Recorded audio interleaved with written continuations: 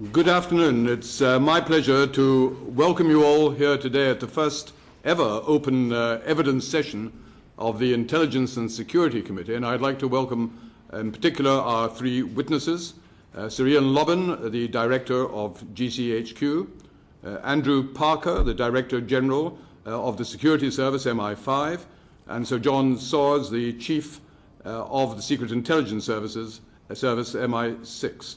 Thank you, and we are delighted to welcome you, gentlemen. This session, of course, which we, as a committee, first considered a year ago, is a very significant step forward in the transparency of our intelligence agencies.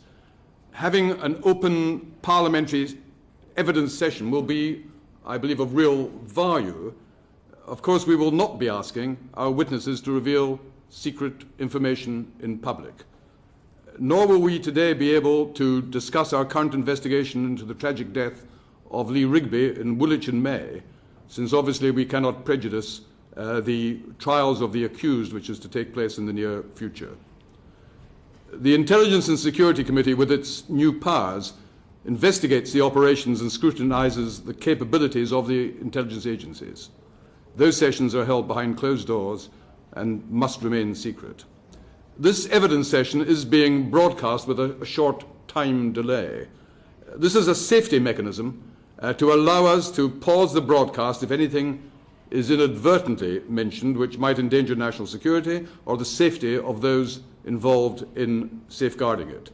I don't expect that we shall need to use it. This is, as with the Iraq inquiry, a precaution. If I do need to suspend the session, we will resume as quickly as we can. Today's open session, being the first ever, will involve an examination of a number of issues involving the intelligence agencies. It will include current controversies. It will include the threats that the agencies are working to counter, the agencies' conduct when performing their duties, the legal and policy framework within which they must operate, whether they need special legal powers, and whether it is right and necessary for them to receive each year £2 billion of public funds to carry out their work. So after those short introductory comments, let us move straight to the question and answer part of our proceedings. My first question, if I may, is to you, Sir John. During the Cold War, the threat to the United Kingdom was pretty clear. There was the Warsaw Pact, the Soviet Union on one side, NATO on the other. Who poses the biggest threat to our national security now? Well, thank you, Chairman, and thank you for this opportunity to give evidence here. We're very conscious of the unprecedented nature of this occasion. We'll do our best to answer the committee's questions as best we can. You ask about the threats to the UK. It's not like it was in the Cold War. There aren't states out there trying to destroy our government and our way of life. But there are a very wide range of diverse threats that we face. The biggest is terrorism, the threat from Al-Qaeda and its many, many branches. There are also states out there that are trying to do us harm through cyber attacks, by acquiring nuclear weapons, or involved in generating instability in parts of the world important to us. And of course, we always work in support of the armed forces, especially GCHQ and ourselves. And the armed forces have been very active in the last decade, and we've been very supportive of them in helping shape their operations and protecting soldiers' lives. So it's a very volatile and rapidly changing world that we're living in, and we have to have the skills, the people, and the capabilities to be able to support and defend this country's security interests wherever those threats arise. Thank you very much. That leads me to want to ask a supplementary. Perhaps, Andrew Parker, you might like to answer it. At the end of the Cold War, a lot of people thought, well, we can now reduce the size and cost of our intelligence agencies. In fact, it's gone the other way. They're far greater, larger, and more expensive than they've ever been. Do you, as head of one of our intelligence agencies, a very secret agency, but also as a citizen, do you ever sometimes get nervous that our intelligence agencies are too strong, too powerful? Well, you're asking both about scale and about powers, if I could take them in that order. At scale, £2 billion is a substantial amount of taxpayers' money, and we take our responsibilities in spending it extremely seriously, and that's closely overseen by this committee and audited by the National Audit Office. The scale of it is, of course, set by ministers against the backdrop of the whole of public spending. That 2 billion is equivalent to roughly 6% of the nation's defence budget. And so at that scale, we would contend and believe, and ministers clearly have been persuaded, that that is a proportionate investment against the threats the country faces. As far as dealing with the powers question, of course, the suggestion that somehow what we do is somehow compromising freedom and democracy, of course, we believe the opposite to be the case, and it's for this committee to oversee. The work we do is addressing directly threats to this country, to our way of life, to this country and to people who live here. And the work we do is proportionately judged against the necessity of protecting against those threats. Hazel Blaise? Thank you. The threats from terrorism and indeed cyber now increasingly involve countries and players from right across the globe. What has that meant for the ways in which your agencies now have to work? Well, the threats we face are much more complex, as you've just described. It requires us to work much more closely together, and I think there's an unprecedented level of collaboration between our three agencies. For example, for MI6, there's scarcely an operation we do that isn't supported by either GCHQ or MI5 or both agencies, and by partners overseas as well. And in a scarce resource world, and one where technology is a greater and greater part of our work, we collaborate very closely indeed on developing the applications and the technological systems we need in order to deliver on our responsibilities. Thank you. Lord Lothian? Over the last 25 years, there have been three significant events which have had implications for our national security, namely the end of the Cold War, 9/11, and the Arab uprisings, none of which apparently were foreseen by the intelligence community. Would you accept now that you could and should have done more to have predicted these? Well, Lord Lothian, we are not crystal ball gazers. We're intelligence agencies. We need to understand, part of our work is to understand foreign countries. We could all see the fault lines in Arab societies, just to take the Arab Spring as an example. But no one predicted when the earthquake would strike. There wasn't a secret in somebody's safe in Cairo saying the Arab Spring was going to start in January 2011. So it wasn't something that was out there but we missed. It was an analytical issue, which frankly governments, think tanks, foreign services and intelligence agencies, we were all looking at it.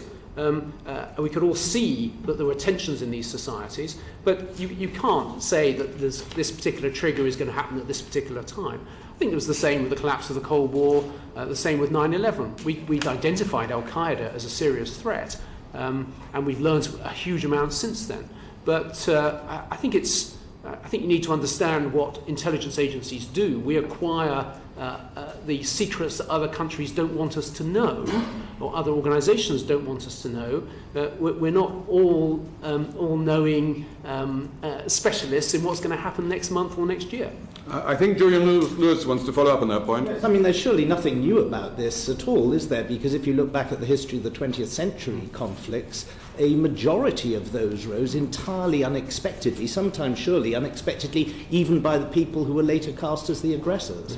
Well, that's why we put a premium on agility and flexibility. For example, we didn't expect at the beginning of 2011 that we'd be engaged in a military conflict in Libya. But all three of our services had to direct our effort towards supporting the government policy, towards supporting our armed forces at very short notice. And that's why agility, flexibility, capability are the watchwords of what we do. Thank you. Let's now move on to the issue of technology. George Howard. Changes in the type of technology available and the use of it have obviously had a major impact on the work that you do. Can you explain perhaps how it's changed your role? Has it made your job harder or easier? And who has it helped most, the agencies themselves or the terrorists? Well, let me kick off on that one. The global information communication technology domain is a $3 trillion a year industry, so we're trying to keep up with that. It's relentless, so we have to focus our efforts. I guess, taking your question in two parts, the first set of challenges we have is simply around the internet. It's a fantastic place for business, for life, for study. It's global, it's diverse, it's complex, but there are threats to our security and our prosperity within that, and I'll come back to your point about terrorism in a moment, if I may. The point around discovering our subjects of interest, our intelligence targets within the soup of the internet is obviously very difficult. And then there's actually an issue around our people. We need very, very good, innovative, highly skilled people to keep up with that technological challenge. In terms of what it means for our business, it means that we have to anticipate, discover, analyse, investigate and respond. And we have to do so globally because the threat is coming at us globally. We need a global, agile, flexible array of intelligence and security capabilities. And therefore we need global partnerships. And on your question about terrorists, I think it has helped the terrorists. I think our job is hard. I think it has got harder, is getting harder. If you think about what the internet does for terrorists, it gives them a myriad of ways to communicate covertly. It gives them a platform to fundraise, to radicalise, to spread propaganda. It gives them the means to plan, to command and control, to spread lethal ideas, to exhort violence. We have had some successes in this area in terms of turning that against them. I think those are best kept secret. It's not simply about terrorism, it's also about serious crime. I could mention some of the work we do with the Child Exploitation Online Protection Agency in terms of working with them to uncover the identities and track down some of those who are involved in online sexual exploitation of children within the UK, including from overseas. There's a recent case where we managed to do that, where we used our intelligence capabilities to identify those and, with the help of a foreign partner, then to bring them to justice, and 2 people are now in jail. Thank you. Julie? Maybe I could yes, add a comment, if that's okay. I think there are basically 2 themes that define the future that lies before us. One is the diversifying threat landscape that I've spoken of recently publicly, and the second one is this technology issue. It is an accelerating technology race, which is defined by the changes and advances in the internet. And this is not about the world of security and intelligence alone. Of course, all of our lives are moving onto the internet, and it's important that we're able to operate there because the terrorists do too. We need to be able to have capability that lets us track them and monitor their communications in the modern world. Julian Lewis? If a junior clerk with a memory stick can copy and publish on the internet tens of thousands of highly classified documents, what measures can be put in place to try to prevent such huge breaches of security in the future? If I have a go at that one, Mr. Lewis, I think the answer on security is, of course, the whole range of security measures we take. It's tempting to think that security relating to an IT issue must have an IT solution, and of course that's part of it. And we have very tightly controlled IT access and arrangements for who can download what and so on. But those sit within the whole range of security arrangements we have. Physical security of our facilities, but most importantly, the personnel security that we apply. So the vetting that our people have to the highest level, the way they're managed, and the way all of these measures together make it extremely difficult and extremely unlikely to have these breaches. So what's happened in America you think couldn't happen over here, and it's happened there twice now? So in the UK, and I can't comment on US arrangements, we have extremely stringent security arrangements. Of course, we'd never say nothing's ever possible, but in all the years I can remember in relation to this question, there's only been one instance of an individual attempting this at small scale, and he was caught and prosecuted and went to jail. Can we assume that you are having discussions with your American colleagues about the hundreds of thousands of people who appear to have access to your information in the United Kingdom? All 3 of us are involved in those discussions, Chairman. Thank you very much indeed. Now, we're going to move on from technology. We will return to the agency's use of technology and the current controversies later in the session. We now move to a very sensitive subject, the working with foreign intelligence agencies. Hazel Blairs. Thank you. Because of the nature of the threat now is much more international, it's inevitable that you will have to work with your liaison equivalents overseas. Now, this carries risks, particularly if those countries don't adhere to the same high standards of human rights compliance that we do in this country. Why don't you limit your relationships to those organisations who actually do have the same standards as we have in this country? Well, we've got very good partnerships with our European and American and other Western partners, and we work very closely with them against all the issues we've described. It's not really those countries, Sir John, that I'm concerned about. I was coming on the to countries that don't. But the problem is the threat to us doesn't come from those countries. The threat comes from those countries which are either secretive states or where there's ungoverned territory where terrorists can operate, or countries which are pursuing nuclear weapons programs, for example. Now, if you want to work in the areas you're talking about, Middle East, South Asia, Africa, and so on, we need to work with the local security partners there. Now, they're often quite powerful and important players in those countries. They carry a lot of weight. My agency carries the main responsibility for our partnerships with those organisations. And if there's a terrorist, say a British extremist has gone to a foreign country, and it's important for our security in the UK that there's an eye is kept on him, that he's surveilled, that he's monitored, and maybe he needs to be detained and arrested at some point. Well, we don't have the powers to do that. It's the local partners that have the powers to do those things. So we need to work in partnership in order to be able to do things lawfully overseas. Right, and if that's the case, how can you be sure that action you take doesn't result in somebody being mistreated either here or abroad because of that closeness of that relationship with some of these services? Well, that's a very important point for us, because we are absolutely clear that we only operate within the framework of the law.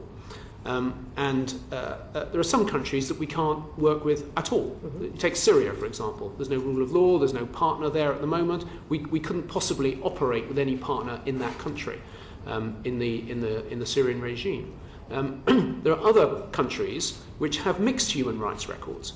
And with countries like that, we seek clear assurances that when we provide intelligence, it will be used lawfully, and that if anybody is detained or questioned as a consequence of our intelligence, that it's done to our standards. There are sometimes some fine balances to be drawn here.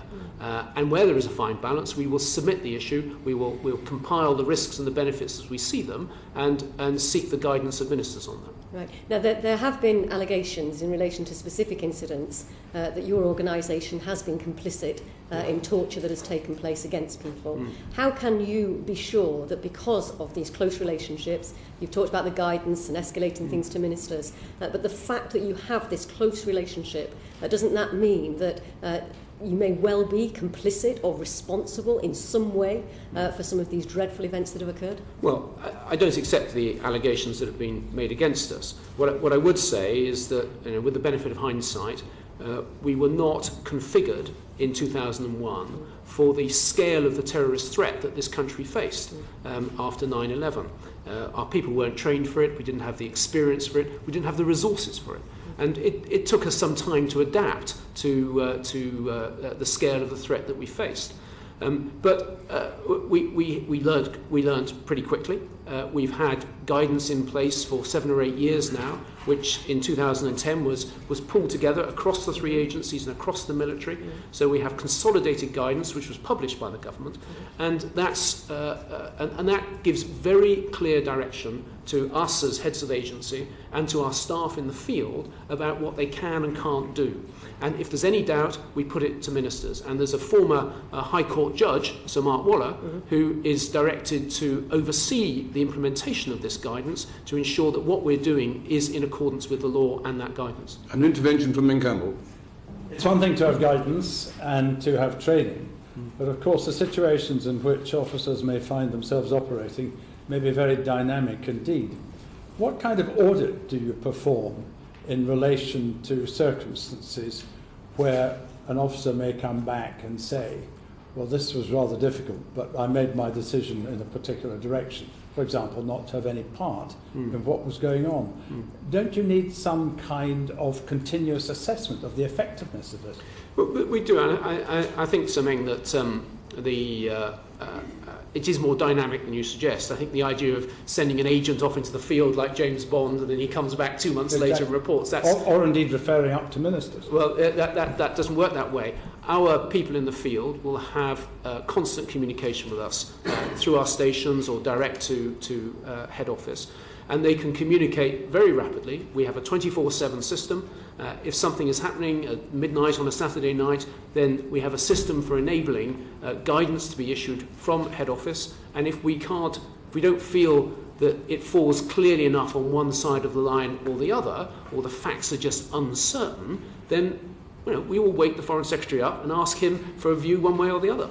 Do you feel, Sir John, that you can actually guarantee, not just to this committee, but to the public as well, that your agency, your organisation, is beyond reproach now in these matters and will not be complicit?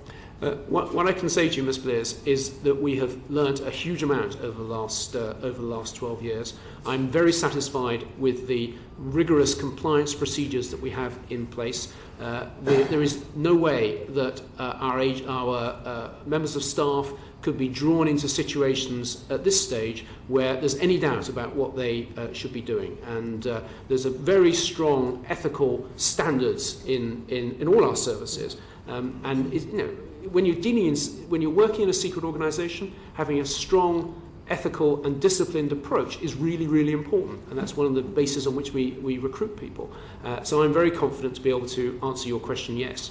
Mark Field? Yep, so you're happy that with all these protocols in place that the large-scale payoffs that I think very much upset many of our constituents that have been paid out to foreign prisoners who have been held on questionable circumstances, or UK citizens, that those days are past us. I want to really ask, again, on a slightly more practical level, really. If you're dealing on a day-to-day issue, what goes through your mind if, for example, you were made aware of someone who was overseas, who had vital information, was being held overseas by an overseas government, perhaps in one of these states that we don't normally have day-to-day relationships with? How would you feel and how would you operate if we were aware that that individual had vital information of an imminent terrorist attack here on UK soil? Well, we would do everything we can within the law to disrupt any such threat.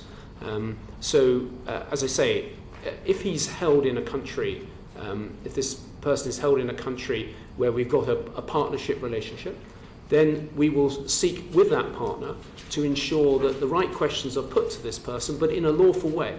And if there is a serious risk that our questions would prompt the maltreatment or torture of a detainee, well, we would consult ministers about that. And if we knew that that was going to happen, well, we wouldn't even think about it in the first place. We wouldn't even bother ministers with it. But we have been able to find other ways to disrupt these threats. And I think the record we have, especially MI5's lead on this, of disrupting threats in the UK with a footprint overseas has actually been quite commendable over the Andrew will talk about that with more authority. But just one point about the payoffs that you mentioned, Mr. Field. It wasn't just your constituents, it was our members of staff who felt pretty sickened about it as well. Because on many of these cases we had a strong defence to these allegations that were being made against us, but the court system didn't allow us to make those defences. We were really glad to see the Justice and Security Act being passed earlier this year, which now enables the agencies to defend ourselves when faced with these allegations. I'm not saying all allegations are manufactured or whatever, and there may be some cases which the courts should hear, where there's a case to be heard. But now the courts can hear it, and that's only because of the Justice and Security Act. Andrew Parker, you want to... Just very quickly to answer Mr. Field's question, I appreciate it's a hypothetical one where you're pushing to the extremes of the policy, but at the extreme, if your question is, would we pursue a situation that led, and we knew it would lead to mistreatment or torture of an individual to get terrorist threat intelligence? The answer is absolutely not. There's a very clear government policy that applies across the agencies and underpins the consolidated guidance, which is that we do not participate in, incite, encourage or condone mistreatment or torture, and that is absolute. Thank you very much. As you'll appreciate, the committee will be wanting to keep a very close interest in this area. Let us move now to the changing nature of the threat from Al-Qaeda and its allies. Lord Lothian. Yes, after 9/11, the attention of the intelligence community was inevitably focused on Al-Qaeda in South Asia and in Afghanistan. But more recently, that attention seems to have shifted to the Middle East and to the Horn of Africa. Over the last 5 years, what proportion of the plots that have been uncovered have been linked to Al-Qaeda as opposed to Al-Qaeda affiliated groups in these other areas, including the Maghreb and the Sahel as well? If you'll permit me, I'd take half a step back to answer the question, because I need to position it against the whole terrorist threat landscape.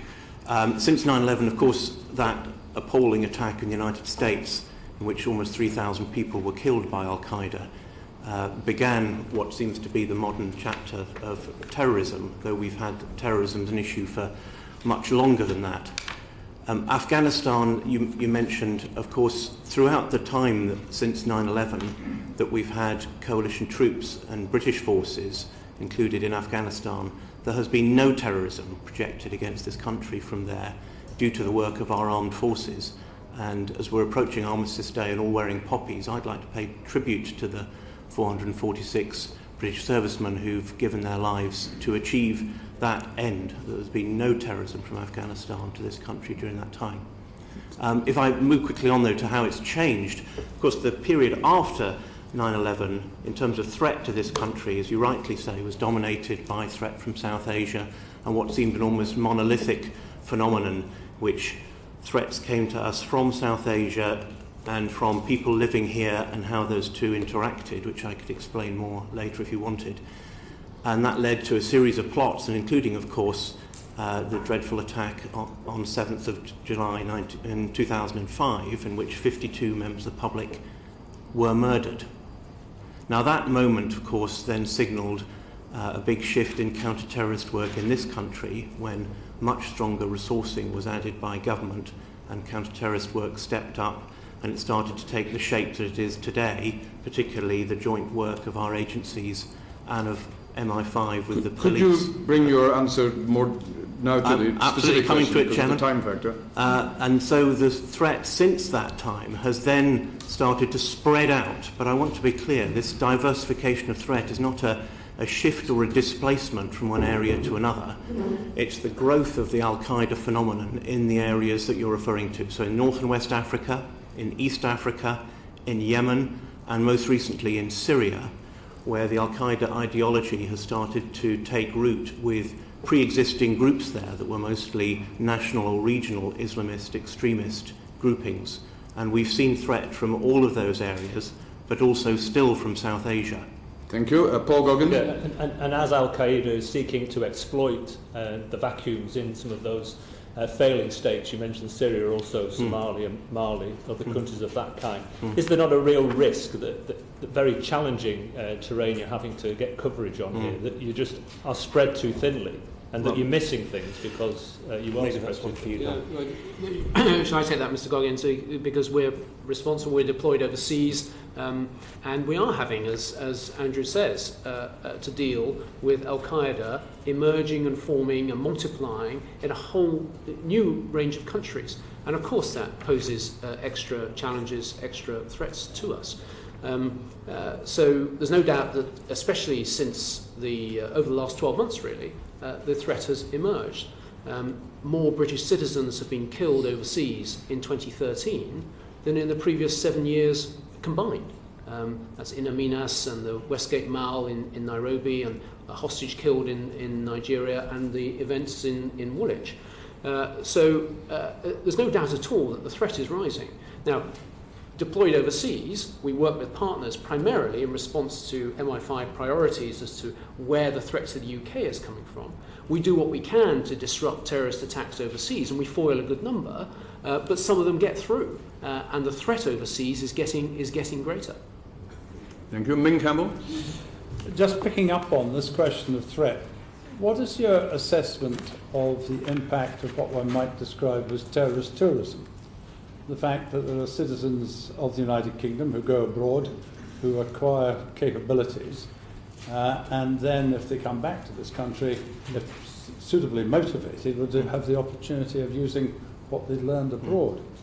This is a very important strand of the threat we face, is the way in which there is interaction between people who live in this country who sympathise with or support the Al-Qaeda ideology and then travel to areas where they meet these Al-Qaeda groupings, either Al-Qaeda itself in South Asia or some of these other groupings I've talked about across other regions.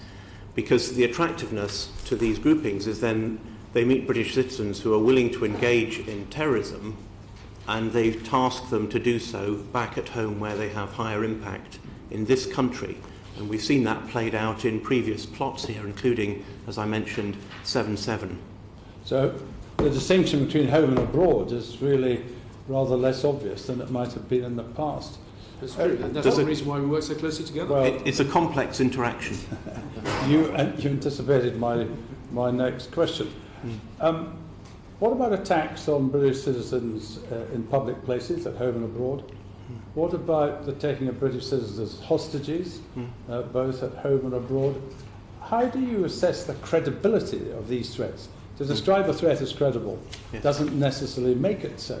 What factors do you use in assessing the extent and the credibility of a particular threat in a particular area, geographically, for example? Yes. The responsibility for assessing threat in all areas of the world, including back in the UK, and setting threat levels, of course, rests with JTAC, which is hosted in my service, but is a multi-agency body that looks at the full range of intelligence from all sources and all agencies, and is connected to international intelligence agencies around the world. And they form a picture based on all of the available intelligence, balancing it, assessing it, analysing it, and coming out with rigorous judgments about threat levels. But as the account holder of part of this £2 billion, finally, the final responsibility for deciding in which direction particular capabilities should go must rest with the heads of the agencies. Yes, it does. That being so, do you exercise your own independent judgment based on JTAC, or do you accept JTAC? So that this is a collective effort, and John and Ian may want to say in a minute, the way in which we work against counterterrorism is a completely collective endeavour between the three of us as the intelligence agencies, and I said earlier between myself and the police, particularly SO15 and the National CT Police Network, who are excellent partners who we work with towards arrests and prosecutions.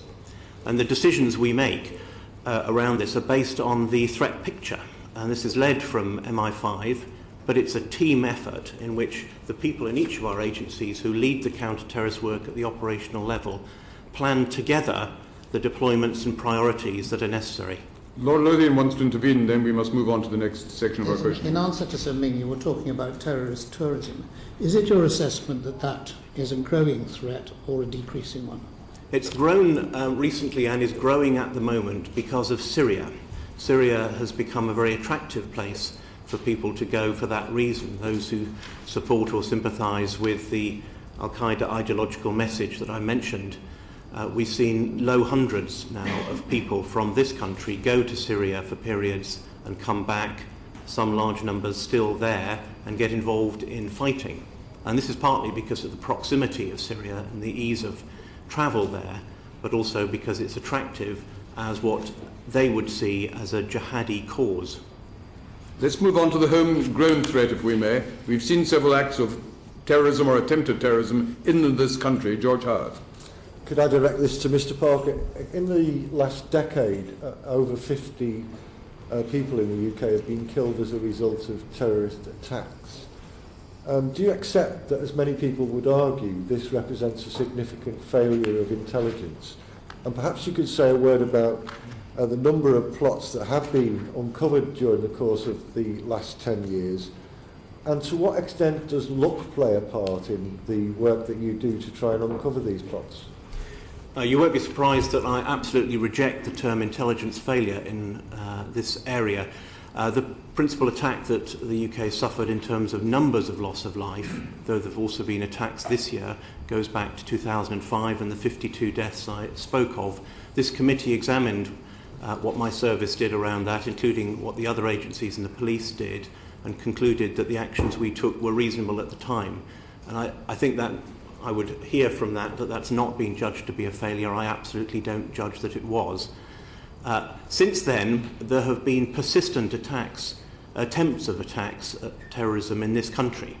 So you asked about the last 10 years.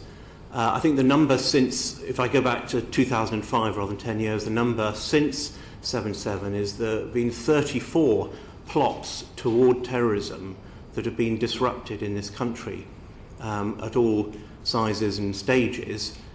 I've referred publicly previously, and my predecessors have, to the fact that 1 or 2 of those are major plots aimed at mass casualty that have been attempted each year. And of that 34, most of them, the vast majority, have been disrupted by active detection and intervention by the agencies and the police. 1 or 2 of them, a small number, have failed because they just failed. The plans didn't come together, but the vast majority by intervention. Hazel Blaze?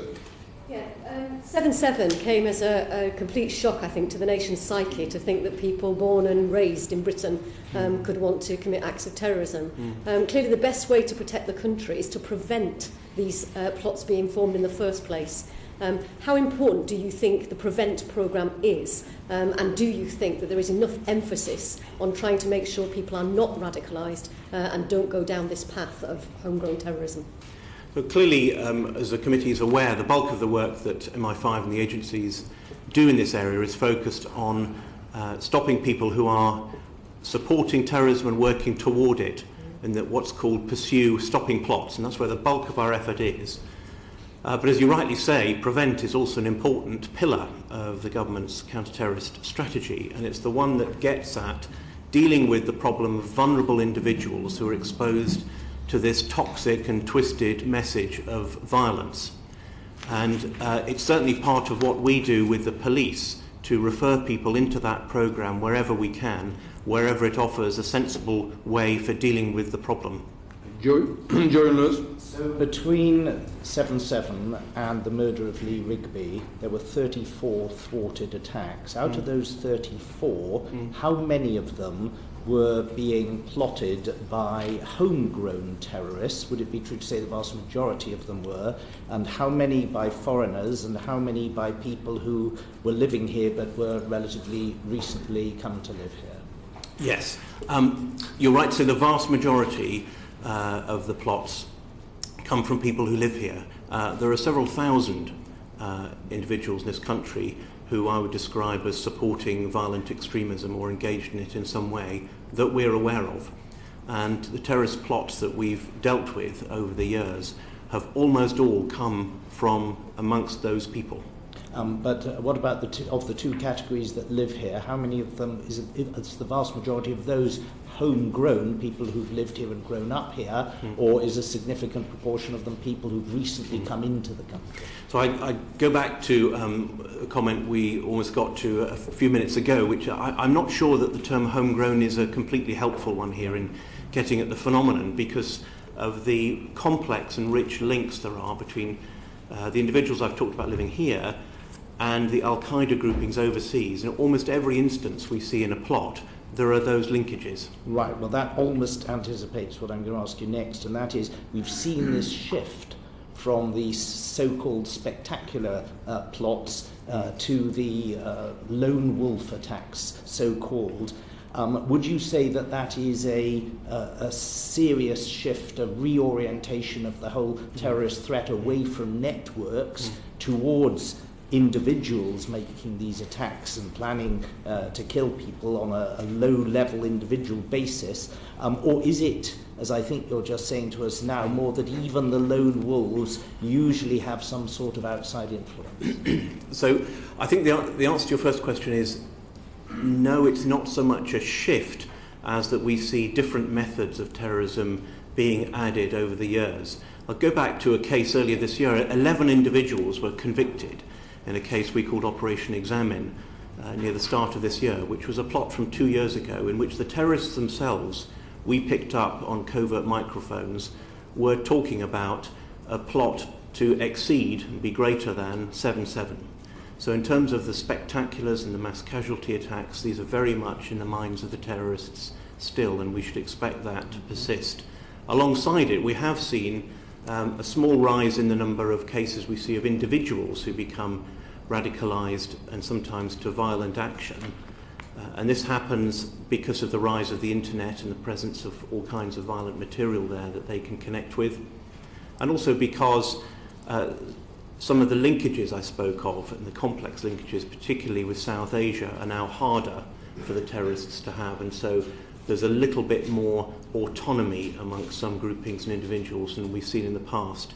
But I think this is an added phenomenon rather than a shift from one to another. Thank you. Paul Goggins? Mr. Parker, the Home Secretary on Monday made a statement to the House in which she said that the Security Service had always advised her that there had been no substantial increase in the overall risk since the introduction of terrorist prevention and investigation measures. Now that we have 2 suspects on the run and the prospect of a number of these orders coming to an end in January, is that assessment still valid?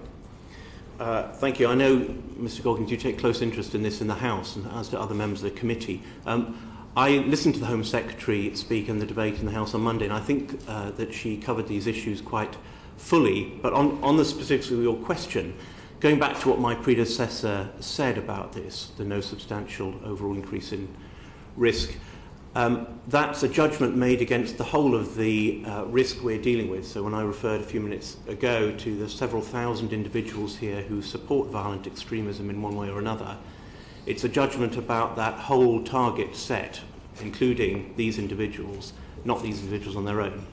And it remains true. Thank you. Ming Campbell? Are you able to tell us the trend of operations within your service in relation to counter-terrorism? Over the period since 7/7, has the number of operations which you've had to carry out, increased? And in particular, was that the case in and around the period of the Olympic Games? The level of counter-terrorist activity that goes on operationally has been fairly even in recent years. For the Olympics, we surged extra effort into it in case there were extra threats or there were attempts by Al-Qaeda or other groups to attack the Games or mount attacks during the Games. And as it happens, there were some threats, but there were no serious ones that came forward during that period. We were ready in case there were. They didn't happen. Setting the Olympics aside for a minute, your question about the trends, I think the trends are that we've seen more and more new methods added. As we've talked, we're dealing with a diversifying source of threats from a range of different countries now. As that broadens out, it seems, year by year, so it becomes a more complex task. In terms of the numbers, maybe the best guide are the numbers of prosecutions through the courts. Since 9/11, that number's 330 for cases to do with international terrorism. And in the first part of this year, there were 25 convictions in 4 major investigations that we in the police were involved in and brought forward as operations, one of which was the plot I just mentioned. Thank you. Terrorism, of course, has not just been Islamic extremism, but also the experience with Northern Ireland. So let us move, if we may, to that situation. Lord Lothian. Has the prominence of the threat of Islamist terrorism on the mainland and indeed emanating from abroad, which we've been discussing, has that meant that you've taken your eye off the ball in relation to Northern Ireland? No, not at all. We have a very substantial commitment of effort in Northern Ireland, which is based there and isn't distracted by the rest of our work. We took over the intelligence lead for work against terrorism in Northern Ireland 6 years ago, and we have a heavy commitment of resources there, which is partnered with PSNI. And I think the situation in Northern Ireland is one in which we do see from time to time tragic terrorism. A year ago, the murder of a prison officer, David Black, over there. I think a disgraceful act. But the people that we're talking about who are the terrorists over there are a small number of people, a residue of terrorism from what I'd call a bygone era. Northern Ireland, as you know very well, moved on 15 years ago with the Good Friday Agreement and a decision to move forward in a democratic way. And it has done so, and Northern Ireland is now a modern and civic society which terrorism has no place. Paul Goggins? You described them as a residue, yes. But you mentioned the murder of David Black, the prison officer. The Northern Ireland Secretary herself warned yesterday of continuous planning and targeting by dissident Republicans. Yes. What are the major factors that lie behind this renewed level of threat in Northern Ireland? I'm not sure I'd accept it's a renewed level of threat. The number of terrorist attacks in Northern Ireland year on year is diminishing as we in the police press down on it. And the number of people convicted in the courts is gradually going up as we bring these people before the courts. The threat persists in the way that the Secretary of State said. I think she said likely for the foreseeable future, and I'd agree with that assessment. but it won't last forever, because these people will eventually, over time, either give up or be caught and put before the courts and put in jail. So you think there are prospects for change? You don't think this goes on indefinitely? I think over time it's diminishing year on year, and eventually we will see a Northern Ireland without this sort of terrorism. And I'm committed to working there with the police until we see that day. Thank you very much. We've had a short discussion already on technology. Let us now move to the cyber threat, and in particular how GCHQ uses the internet. Can we begin, if we may? Lord Butler has a question, I think, on the general cyber threat. Could we start on the international aspects of cyber threat? We've been familiar for a long time with state attacks on the government and the attempt to get military secrets. We now have corporate attacks, and there are also attacks on personal individuals to get their private information. How do you assess the proportion of those, and could you give us a general description of how you see the cyber threat developing? Well, it is multifaceted, as you point out. Let me talk a little bit about the actors and the impact. Yes, hostile intelligence services, important to remember that. Highly organised groups stealing industrial secrets, academic secrets, terrorists, hacktivists, criminal, increasingly sophisticated criminal actors. And I think I would draw out the growth in a diverse set of very capable non-state actors. I think the other thing I would draw out at a top level is the engagement by some states, perhaps less sophisticated states in terms of their strategic weaponry, using cyber as an over-the-horizon means of projecting disruption. In terms of the impact, I think I'd focus perhaps on that industrial espionage aspect. I mean, we're seeing attacks against the businesses which keep Britain going. So the sectors, finance, potentially transport, communications, energy. We're seeing theft from over 20 industrial sectors, research and innovation being targeted, trade secrets, academic research, as I said, industrial espionage on an industrial scale, stealing intellectual property. The response to that has to be a cross-government one and actually a beyond-government one. So we work very closely with the Centre for the Protection of National Infrastructure. We work with the Business Innovation and Skills Department. We will be working increasingly with the new National Crime Agency. We work with the Cabinet Office, of course. And that's a team game. If we get that right, I believe that we can actually be world-class in terms of cyber, the UK. It is, I think, about working with industry, about building capability so that industry can help. They can cover some of the territory at home and also in overseas markets. We're helping by certifying products and services. We're also working with academia to build, if you like, more of a cyber generation, build more skills across the economy. So, Ian, some would say that the real cyber threat comes from GCHQ, not just from others, seeking to collect everyone's data and communications. Can I ask you, why do you think it is necessary to collect information on the majority of the public in order to protect us from the minority of potential evildoers? Okay, well, thank you, Chairman. I'll work up to that, if I may. First of all, we just to clarify a couple of things, we do not spend our time listening to the telephone calls or reading the emails of the majority, of the vast majority. That would not be proportionate. It would not be legal. We do not do it. It would be very nice if terrorists or serious criminals used a particular method of communication and everybody else used something else. That is not the case.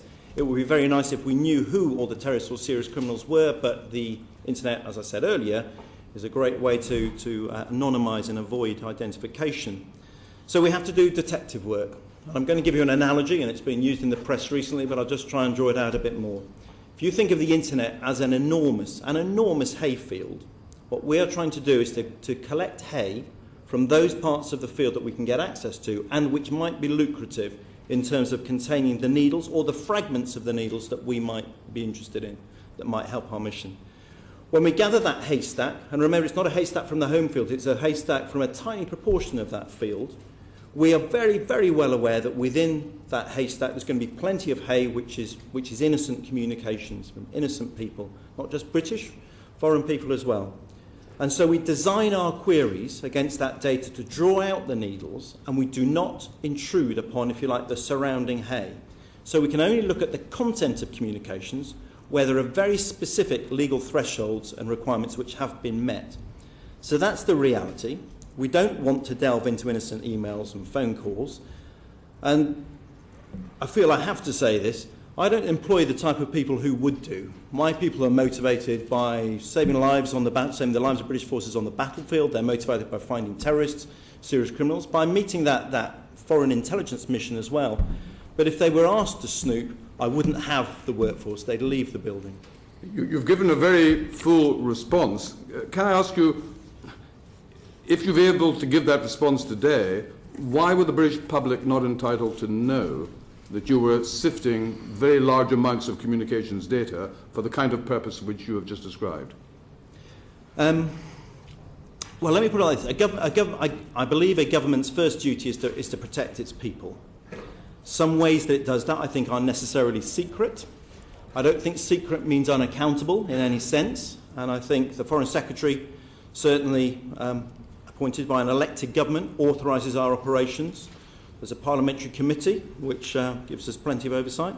There's also the two commissioners, the Interception of Communications Commissioner, the Intelligence Services Commissioner, who the Chief mentioned earlier. But that's all within the ring of secrecy. I'm asking you why the British public were not entitled to know what you have shared with the committee this afternoon. So I will say that I believe that certain methods should remain secret. I'm happy to talk about whether or not there has been damage from that. I don't think secret means sinister.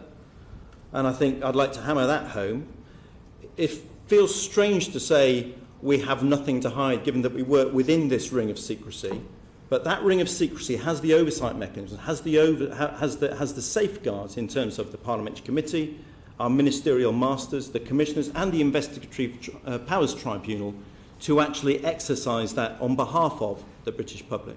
Just to clarify, are you giving thought as to whether the line you've drawn between those aspects of the way you operate which have to be kept secret and those which might be shared with the wider public, not just with those in the intelligence-related activities, are you giving some thought as to whether that line can be redrawn safely without danger to the battle against terrorism and other objectives you have? I actually think that's actually been quite an active debate even before the recent revelations. And I think when the committee reviews us, when we give evidence, when you produce your own report, you seek to produce it in as unredacted a form as possible.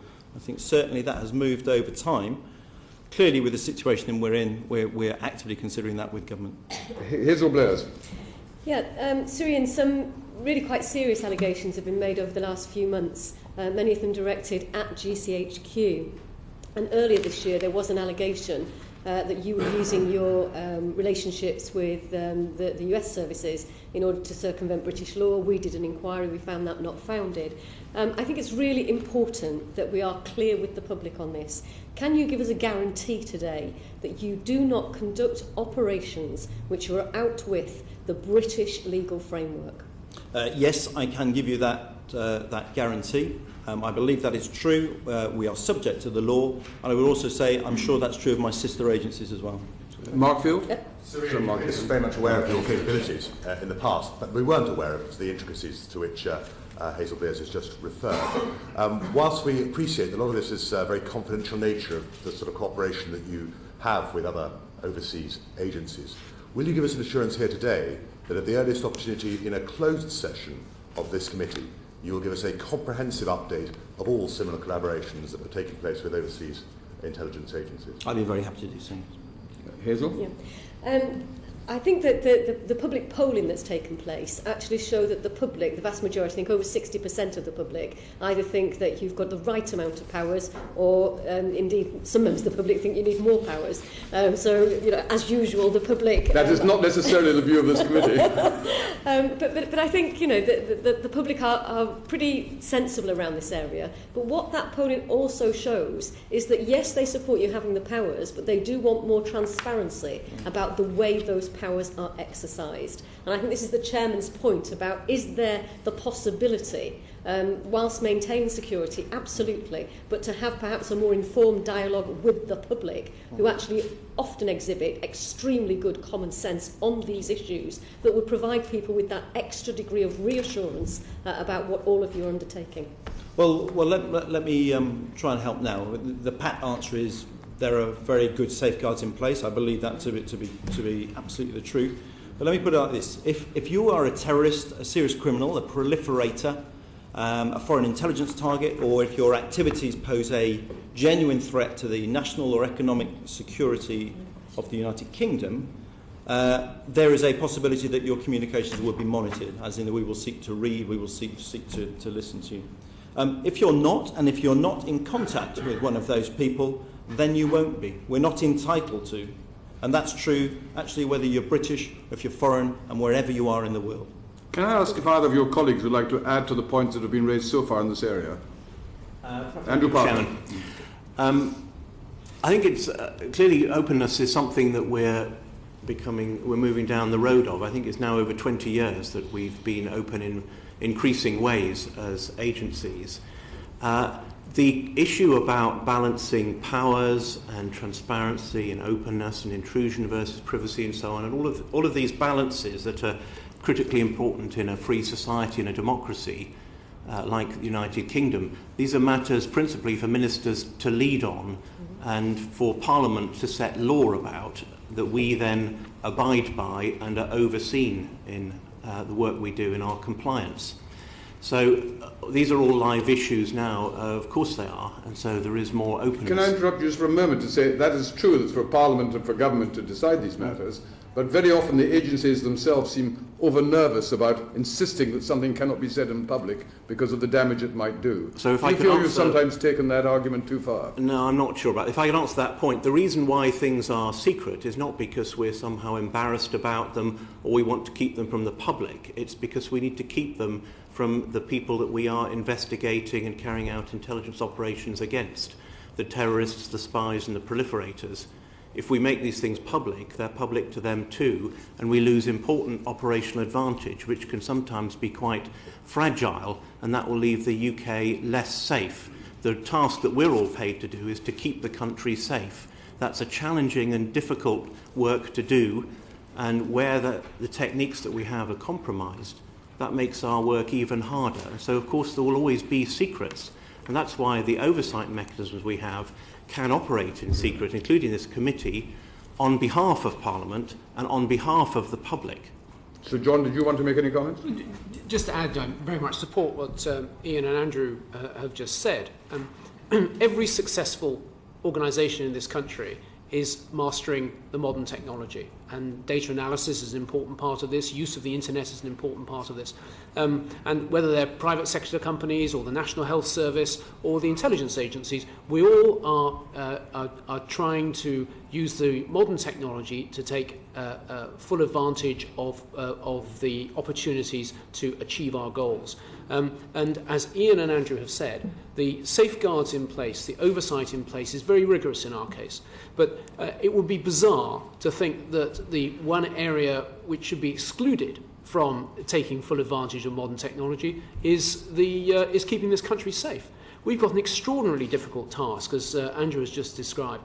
We have to identify and recruit agents in the most exposed places, in the higher reaches of Al-Qaeda, in countries which are trying to do our country harm, secret states that are trying to do damage to us. We need to have the possibility of examining the intelligence, of drawing on the information that our partner agencies have, in order to be able to identify those very brave individuals who are prepared to work with us against their undemocratic, secretive, oppressive societies which cause us threat. So if you end up diminishing our ability to use technology, then we will be less able to have that advantage we have, and our country will be less safe. Hazel Blaise? Yeah, you're currently under some criticism for knowing too much.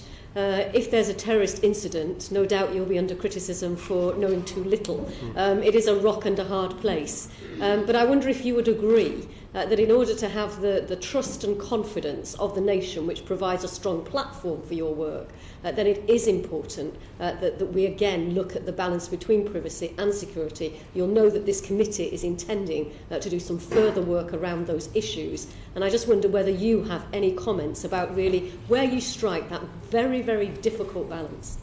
Perhaps if I start off on that one, I think fundamentally the raison d'etre of an organisation like MI5 is to protect the sort of country we live in, then against threats to it. The sort of country we live in is a free society, a democracy, a country where we do prize our individual liberty and privacy. And those values are extremely important to all of the men and women who work in our agencies, who are members of the public, who live in communities and don't want to live in a surveillance society or a North Korea. They want to live in a country like this, and our job is to keep it that way. Those balances are very important to us. Sometimes in public discourse, I find MI5 and other agencies being spoken of as if somehow we were in this balance, leaping on one end of the seesaw, arguing for more and more intrusion and more powers and more measures. Of course, that's not true at all. We're trying to help government make these balances. And making these balances is about keeping this country the sort of country it is. There have been times over the years when successive governments have offered my service greater powers and greater measures, and we've said they're disproportionate and turned away from them. Making these balances is critically important.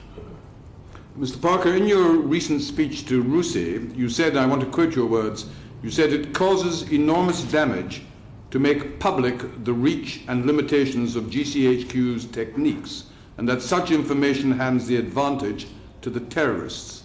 You then called that the gift, your words, the gift they need to evade us and strike at will. Now, although obviously we appreciate you may be limited in some of the detail you may be able to go into today, I think the public are entitled to know more about this enormous damage that you say has been caused by the publication of classified material. Can either you or Sir Ian Lobban give examples, specific examples, as to how this has, in your words, been a gift to the terrorists? You're right, Chairman, that giving examples in specific cases, as you said in your introduction to this session, is going to be difficult in public session. We could do that in private session later if you'd like. But there are two things tucked up in the comment I made in my speech. One is the dependence that we now have on the fantastic work that GCHQ do to detect terrorist communications, and that leads to us finding terrorist plots that we would not otherwise find, that we're then able to thwart, which leads to lives being saved. And there are real instances of that, including this year. Now, the advantage that we have as intelligence agencies that leads to that sort of opportunity, as I said earlier, can be fragile. And if we lose it, then we're just making a very difficult task even harder. And that's what I meant in the speech. Now, Ian might want to add. I would like to come in if I may. So, SIGINT successes over decades going back to the Second World War and beyond, they depend upon our intelligence targets being at best unaware or at best uncertain of our successes. So if you think what happens if SIGINT, signals intelligence, sources and methods are revealed, it can be a sudden darkening. More often it's gradual, but it is inexorable. So what we have seen over the last 5 months is near daily discussion amongst some of our targets, and I will bring out some, I will give you an example.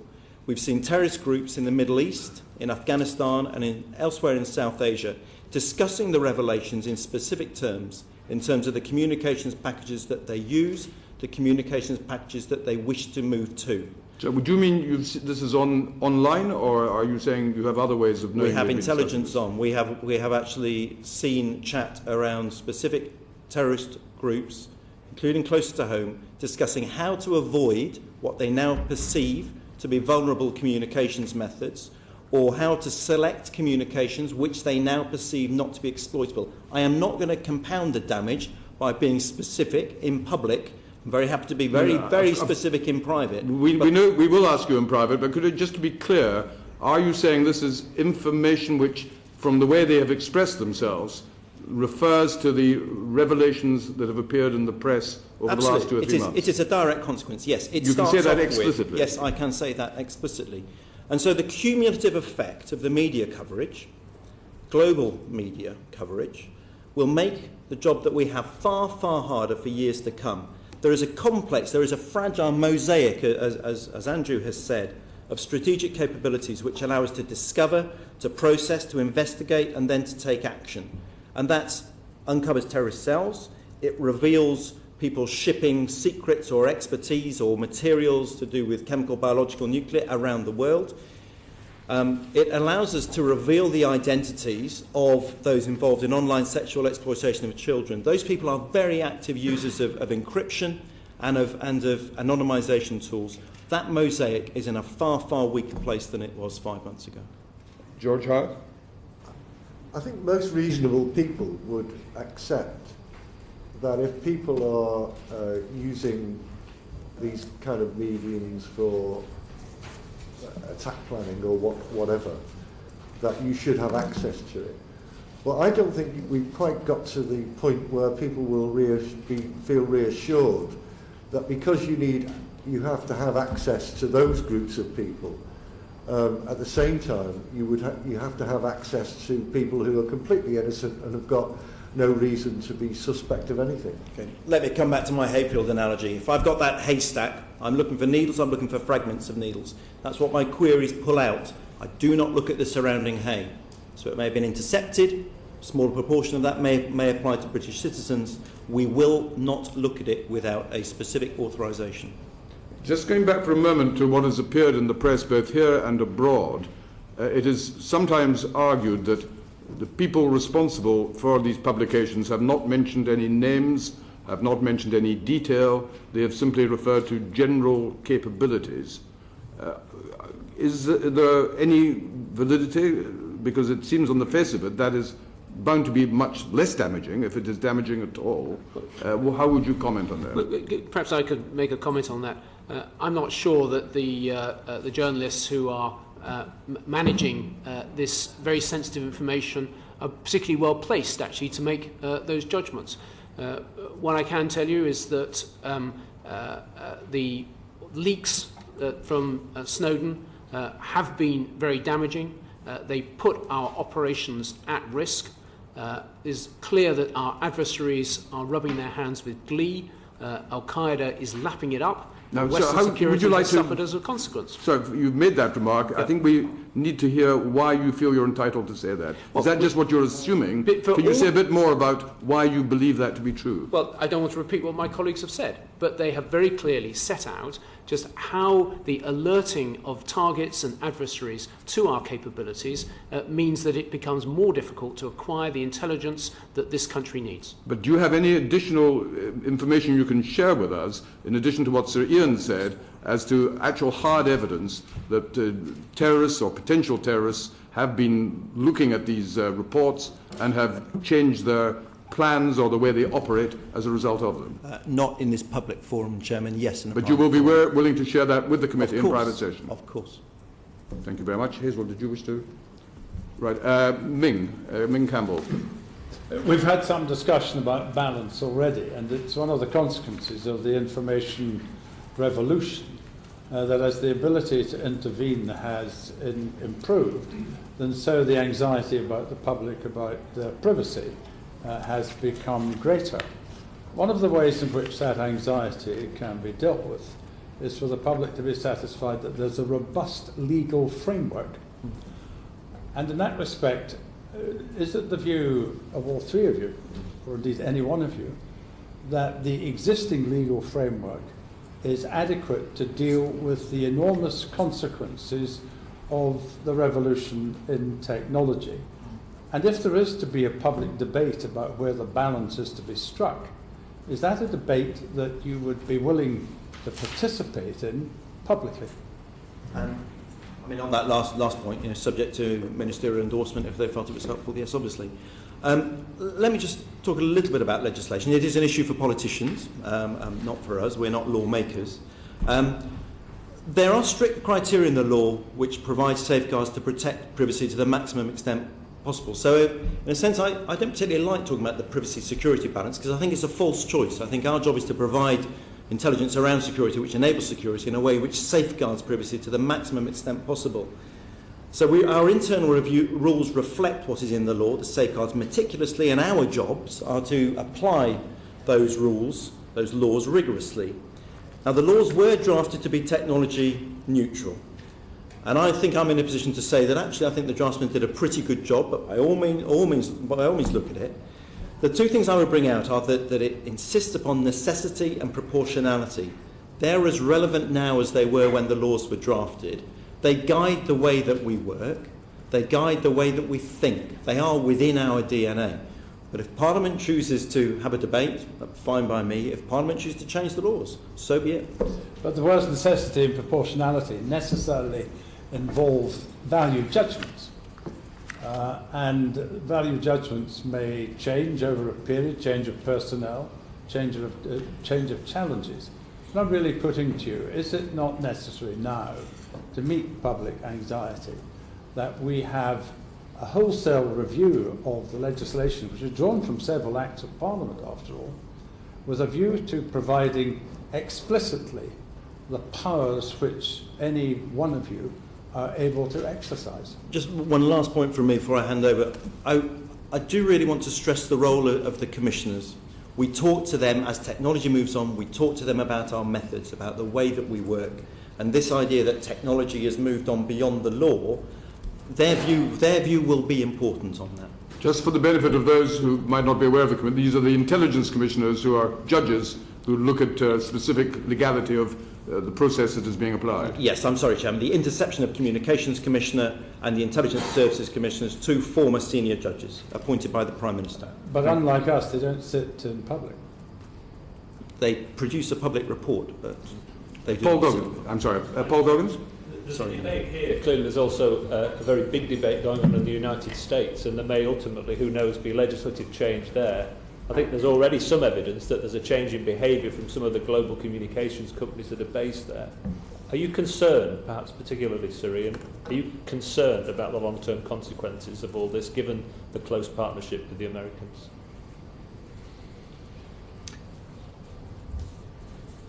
Yes, I am concerned, I think, in terms of cooperation that we might receive. I'm concerned about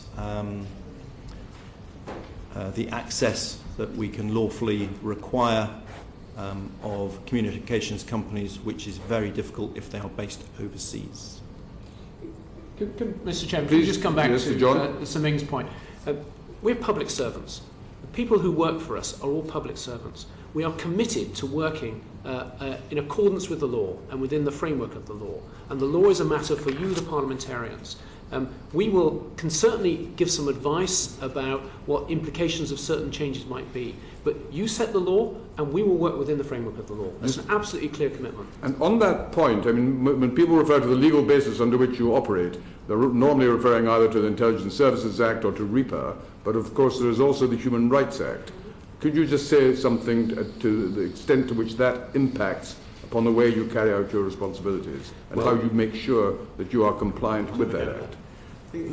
Well, the founding statutes that our services operate to, the Security Service Act and the Intelligence Services Act, are themselves based on the Human Rights Act, Article 8 of the right to privacy that we're talking about for the citizen, which can only be transgressed for reasons of national security, and then some other arrangements as well, which are less central to what we're talking about today. But the acts that we work to are based on that.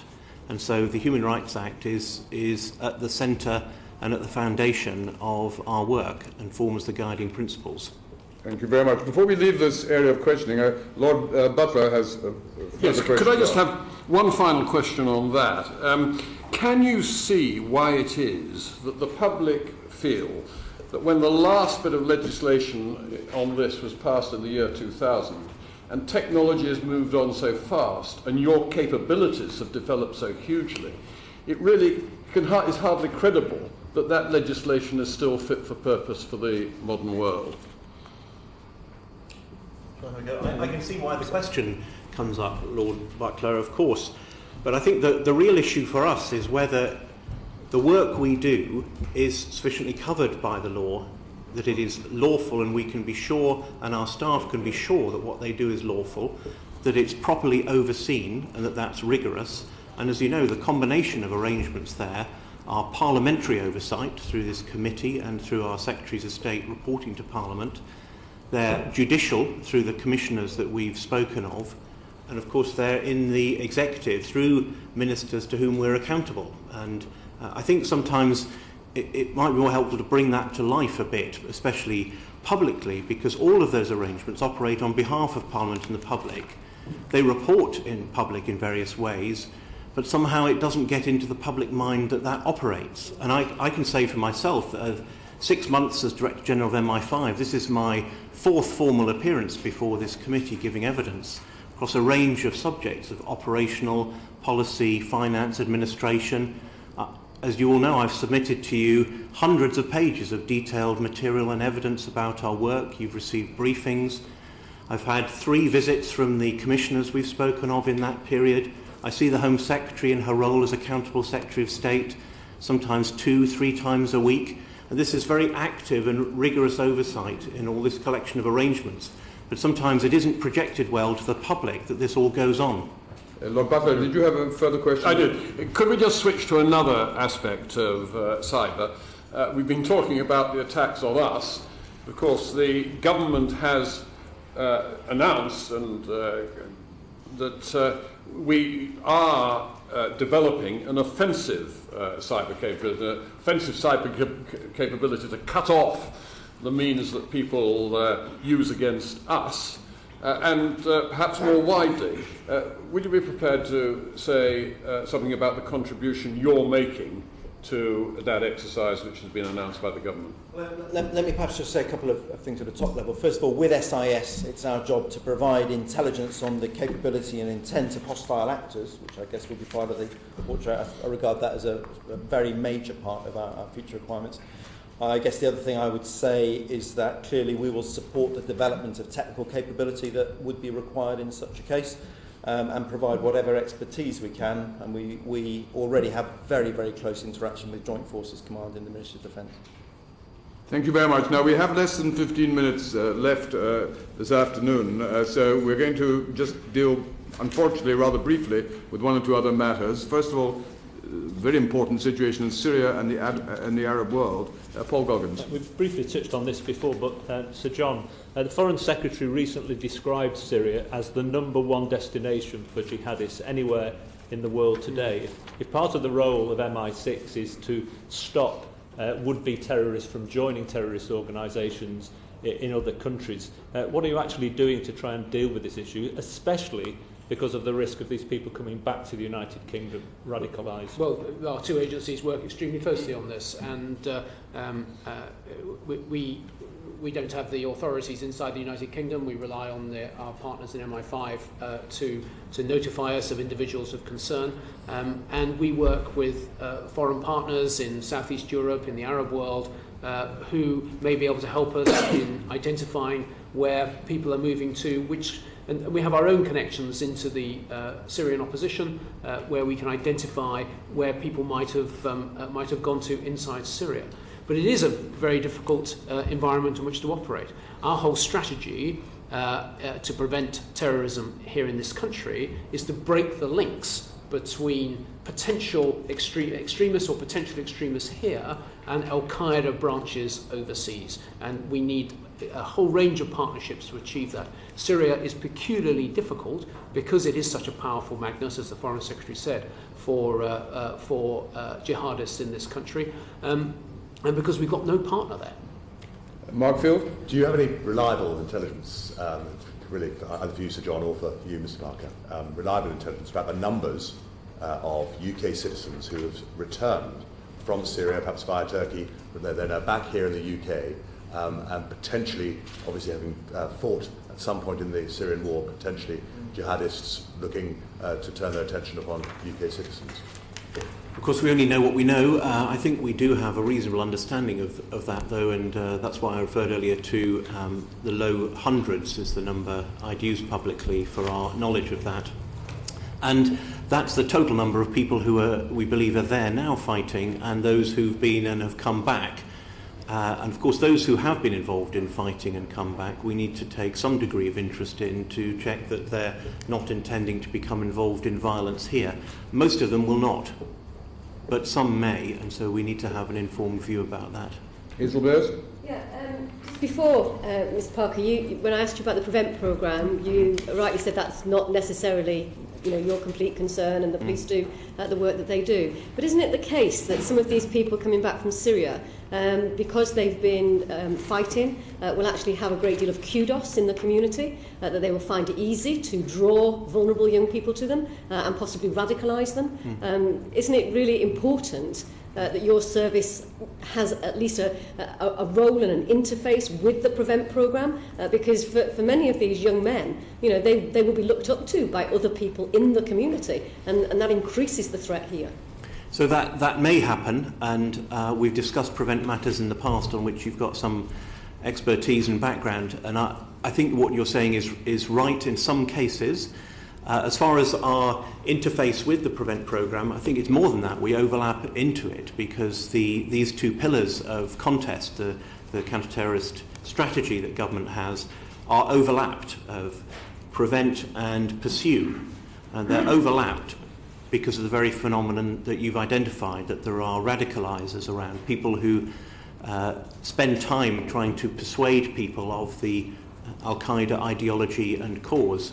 And where there are vulnerable people to that message, sometimes they join the cause as followers.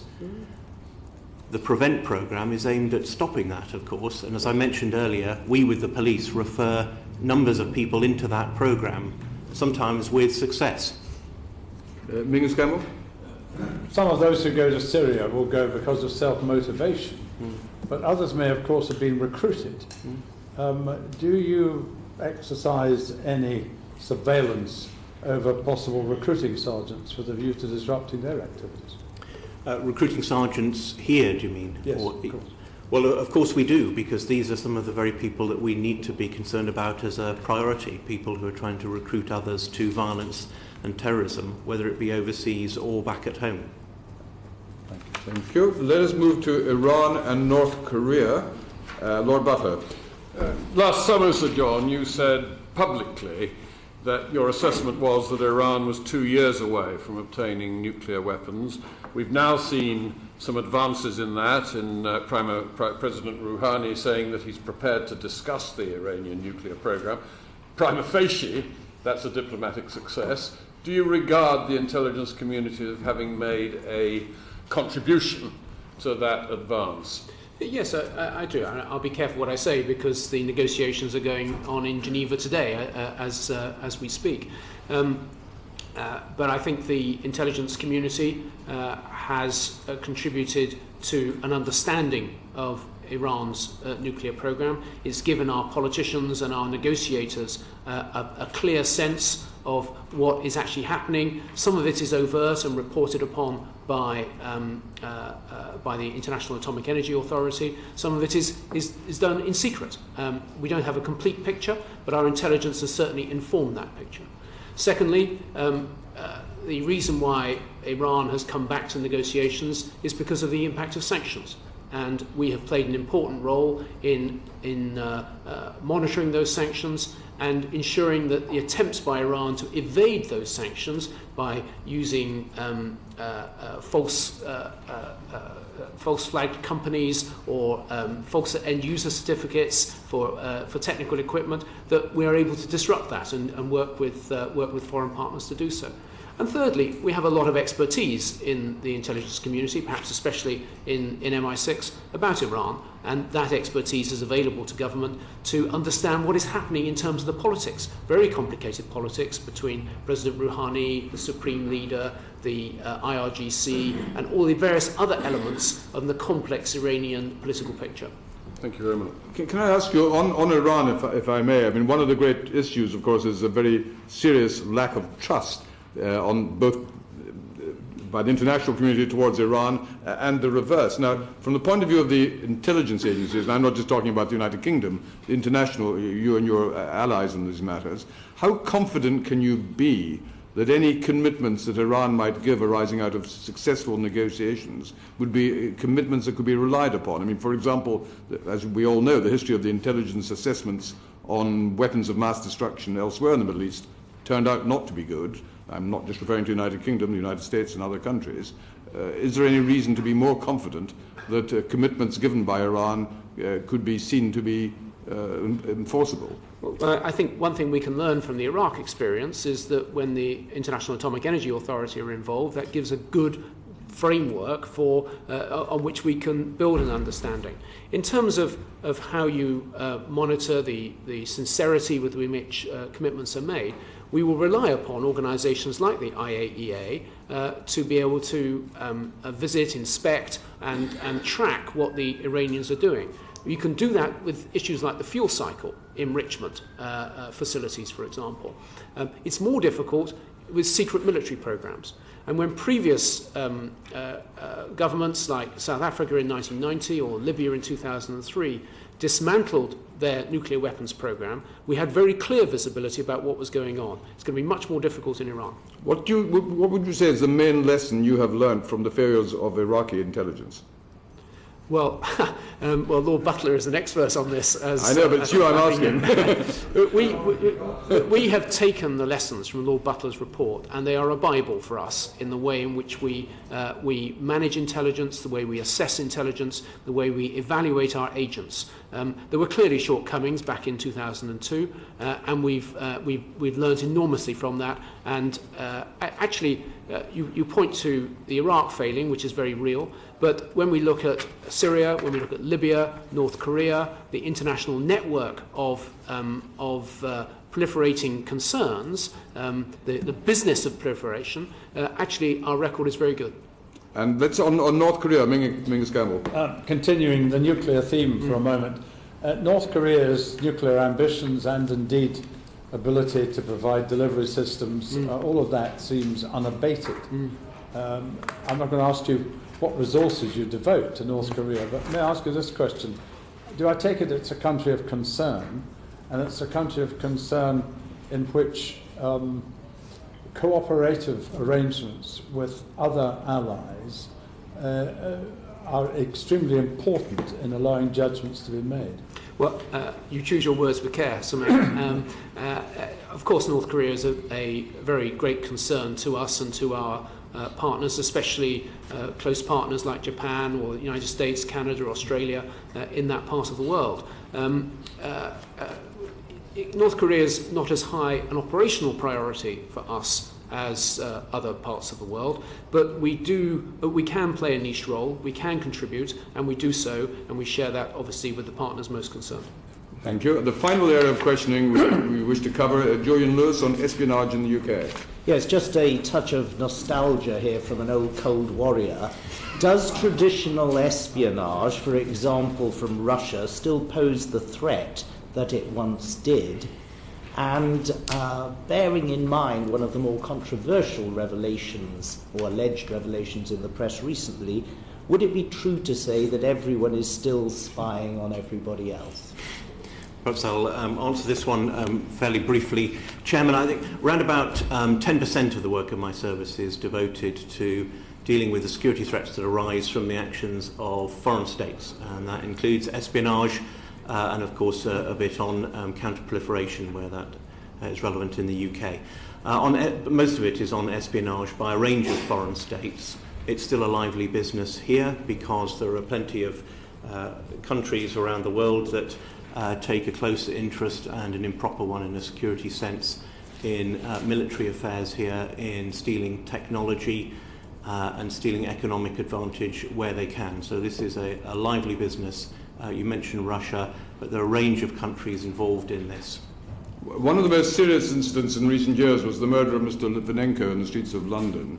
Can you say whether, although that issue has not been resolved with regard to our relations with Russia, is there a scope for cooperation with Russia with regard to matters of common interest, or is that being seriously impeded as a result of the ongoing disagreements on that case? Yeah, perhaps I could take that one, Chairman. The government took a series of measures